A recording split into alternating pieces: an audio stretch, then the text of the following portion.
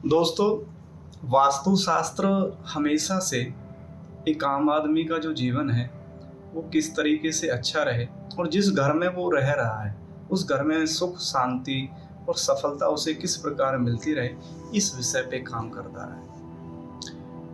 लेकिन कई बार वास्तु दोषों की वजह से घर में अशांति का माहौल बन जाता है, बहुत सारी समस्याओं का हमें सामना करना पड़ता है।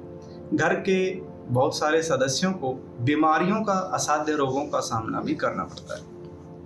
ये वास्तु दोष दो प्रकार के होते हैं। एक वो वास्तु दोष जो कंस्ट्रक्शन करते हुए घर को बनाते समय हो जाते हैं, बन जाते हैं वास्तु दोष, और एक वो जो जाने अनजाने में हमारी ही आदतों की वजह से हमारे घर के अंदर वो बन जाते हैं वास्तु दोष।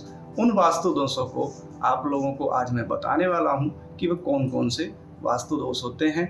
नमस्कार दोस्तों, मैं डॉक्टर मुकुट वशिष्ठ आपका स्वागत करता हूं मेरे YouTube चैनल डॉक्टर मुकुट वशिष्ठ में। आज मैं आपको बताने वाला हूं कुछ ऐसे वास्तु दोष जो आप अपनी आदतों से जाने अनजाने में बना लेते हैं।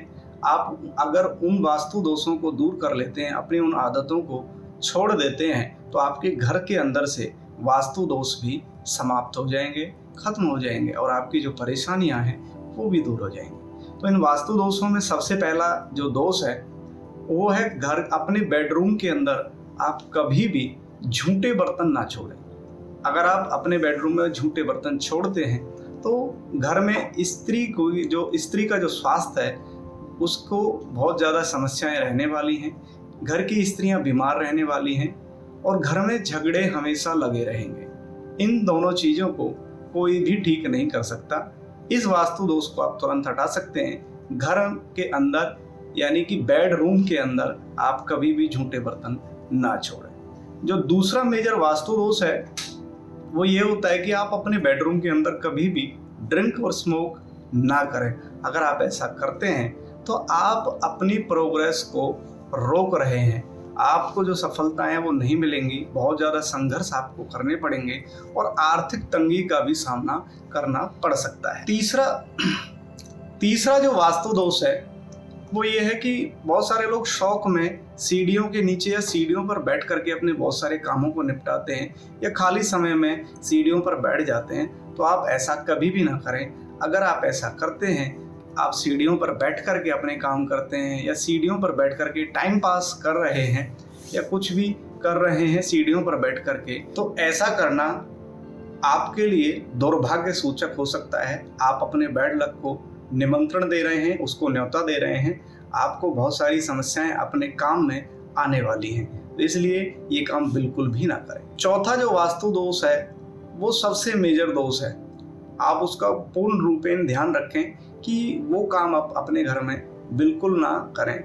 यानी कि घर के अंदर खराब चीज़ें जो पड़ी हुई हैं या कबाड़ा जो पड़ा हुआ है या वो सामान जो बिजली का है और उसको आप उपयोग नहीं करते हैं, या घर के अंदर कोई टूटा हुआ शीशा पड़ा है या कोई कांच के बर्तन या प्लास्टिक का कुछ भी सामान टूटा फूटा हुआ पड़ा है आपके घर के अंदर, तो ऐसा अगर आपके घर के अंदर है तो ये एक मेजर वास्तु दोष है।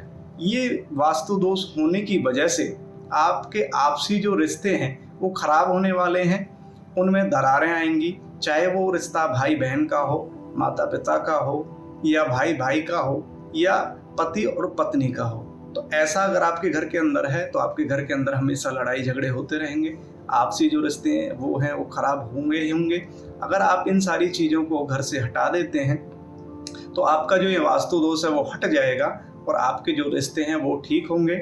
आर्थिक तंगी का भी आपको सामना करना नहीं पड़ेगा।